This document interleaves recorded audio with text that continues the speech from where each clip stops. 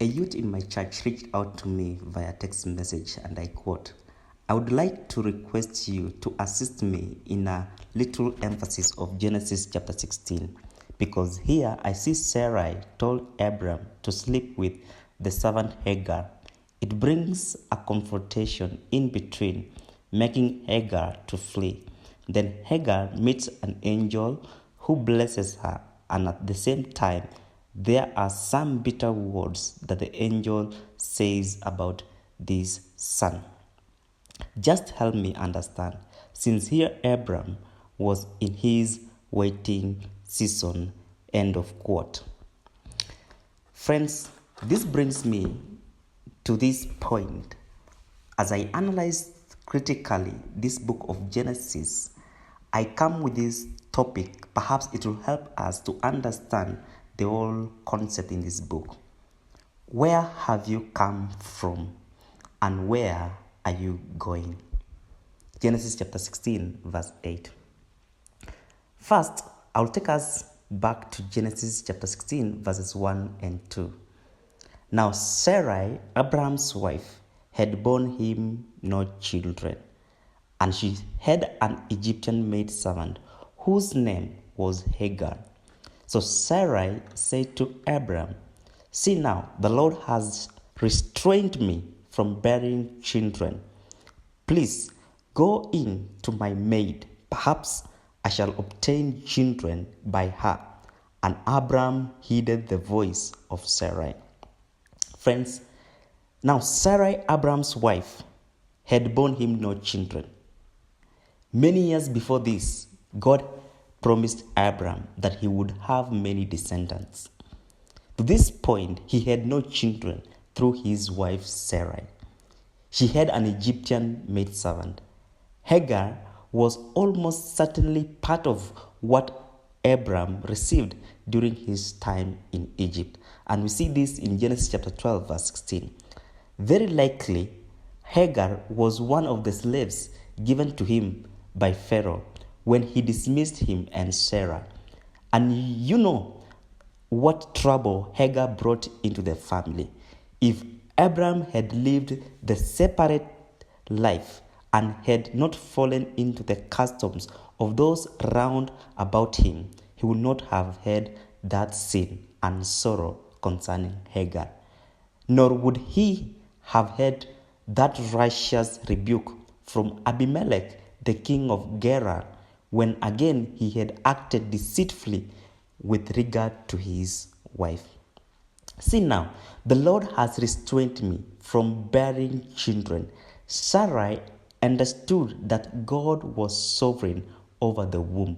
He had promised descendants to Abram and Sarai, and they had not yet come after many years. There was a lot of pain in these words. The pain of hope deferred, making the heart sick. The pain of prayers not yet answered. The pain of arms that had never yet held her own child. The pain of public shame. The pain of blaming God for one's problem. Unbelief is a sin, but it is also a sickness, one that carries a lot of pain.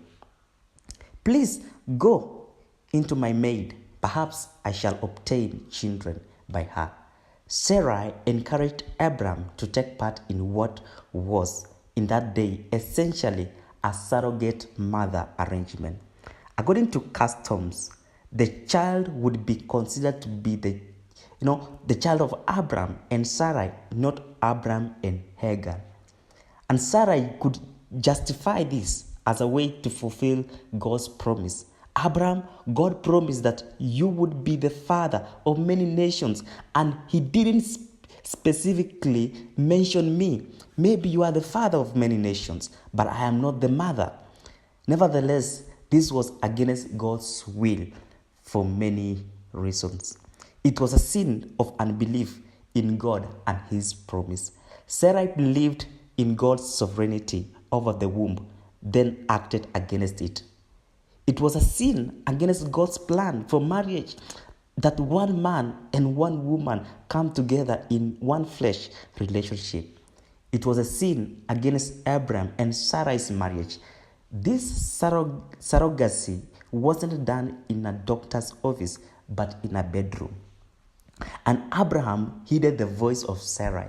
Sarai wasn't the first woman to be tormented by the thought, maybe my husband would be better off with someone else. It was bad for Sarai to hold on to that thought. It was much worse for Abraham to heed the voice of Sarah on this matter. Friends, a godly Christian wife has a lot of wisdom for her husband. And many husbands learn the value of listening to the wisdom of their wives. Yet no wife is invaluable. And Abraham was responsible for his sin of heeding the unwise and belief-based advice of his wife. Abraham should have said something like this: Sarai, bless your heart, but you are my wife, and we are in this together. Difficult as it is, let's believe God all over again for a miracle. I don't want to sin against God and our marriage with this Egyptian servant girl. In the Jewish tradition, before they came to live in the promised land, Abram and Sarai regarded their childlessness as punishment for not living in the land. But now they were in the land for 10 years and they still had no children. Sarai probably felt it was time to do something. Perhaps she thought along the lines of an old, unbiblical proverb: God helps those who helps themselves.